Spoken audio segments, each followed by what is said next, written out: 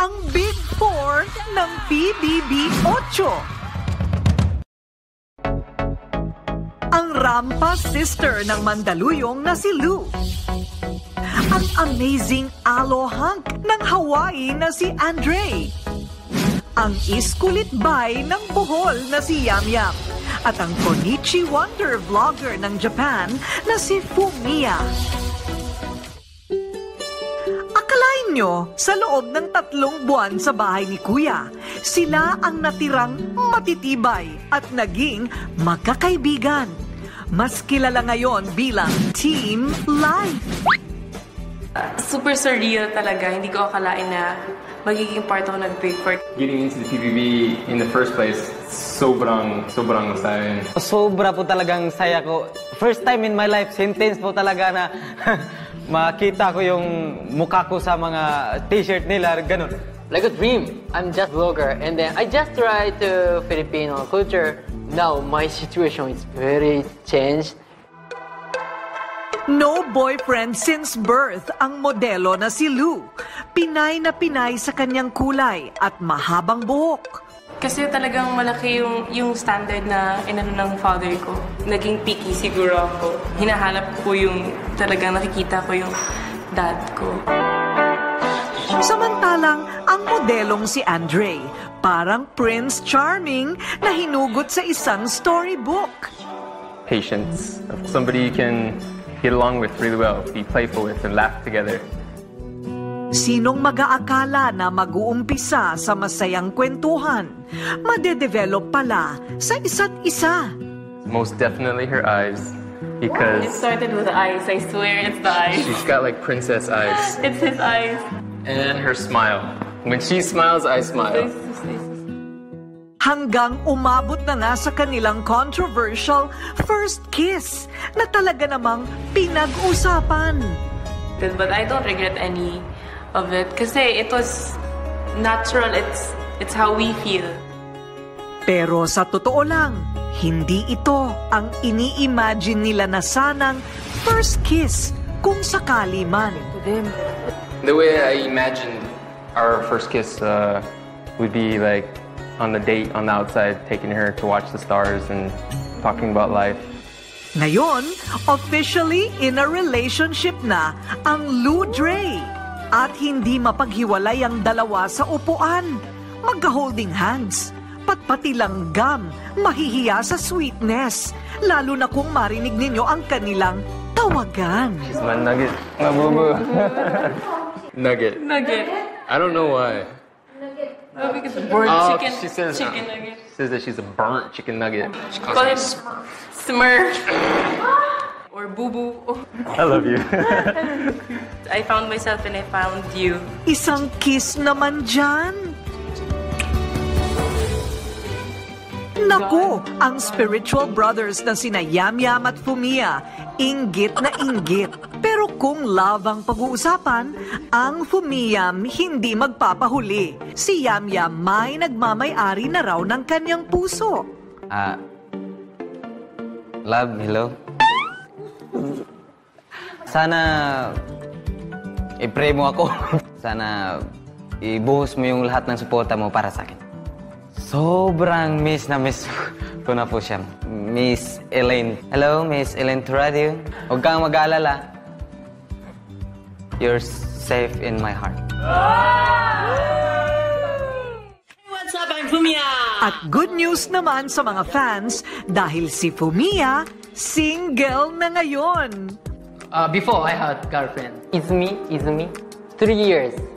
Always thinking about my dream. It's my fault. I really want to dream come true. Pero sa loob ng bahay, tumatak ang nabuong spiritual brotherhood ng Fumiyam kahit hirap silang magkaintindihan. Language barrier talaga. If your problem is 5, Yes. and then you got -2.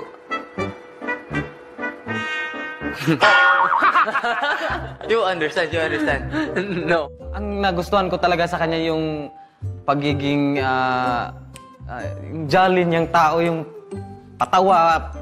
Why you like me? Yeah. It's okay. Yeah, because I don't know. We're very different. Super different life and a super different situation, super different culture. Pero I don't know why we can understand each other. Ilan lang ang team life sa libo-libo na nag-audition sa season na ito. Si Lou, nawala ang pagiging mahiyain sa pagpasok niya ng modeling. Hindi po nangyari to. I was already planning kasi mag-graduate na sana ako this month.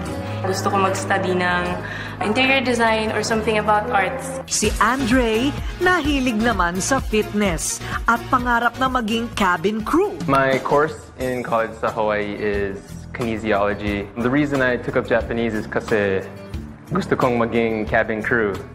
Si Yam Yam, isang grade 12 student sa edad na 25 years old. Elementary ng grade 5. Marami kaming magkakapatid. Pumunta muna ako ng city para magtrabaho.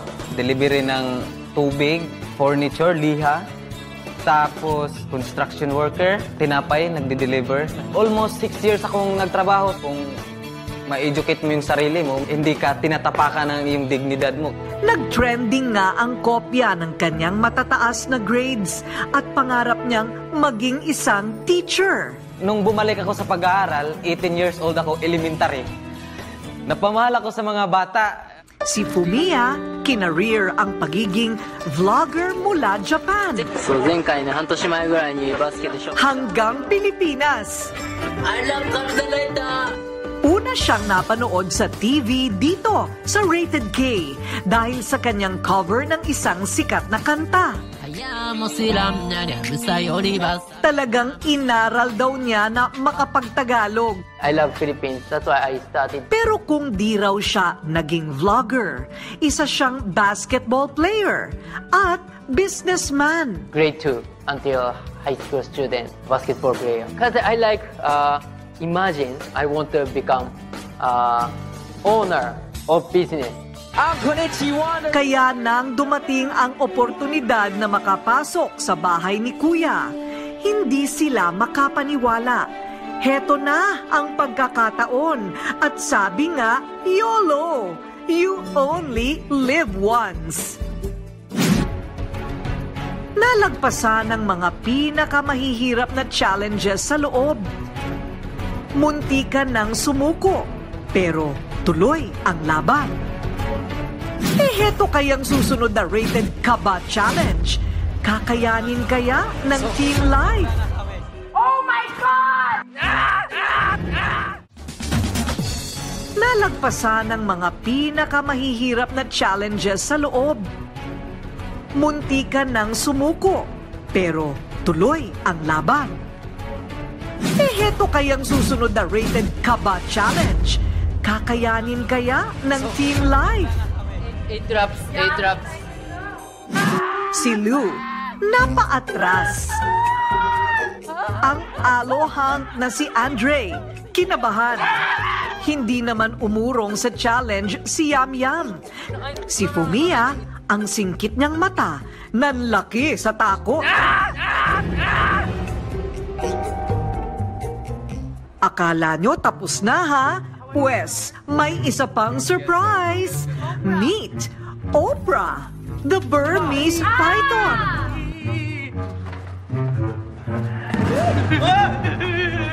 Walang sino sa kanila ang gustong magpa-picture ng solo kasama si Oprah. Kaya sama-sama na lang sa challenge ang Team Life. At sa huling harapan, ang naging hurado ay ang taong bayan at sinuportahan ng kanilang fans. Tulad nila Rona at Sandy, mga batang may cancer. Si Rona, tinaningan na raw ng doktor ang kanyang buhay dahil sa cell tumor. Si Sandy, may leukemia. Ang alam ng magkaibigan, may interview tungkol sa kanilang kasalukuyang kondisyon. Kaya nabigla sina Rona at Sandy. Napasigaw.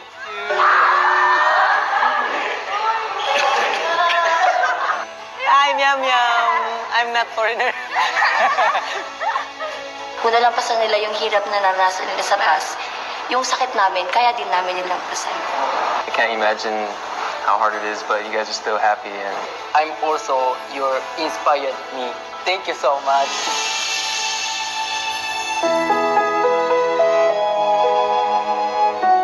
Na-realize ng teen life na mas mahirap ang kinakaharap na challenge ng mga batang ito sa outside world. Kesa sa hirap na pinagdaanan nila sa bahay ni Kuya. At nagpapasalamat na maging inspirasyon sila sa pakikipaglaban ng iba sa kanilang buhay.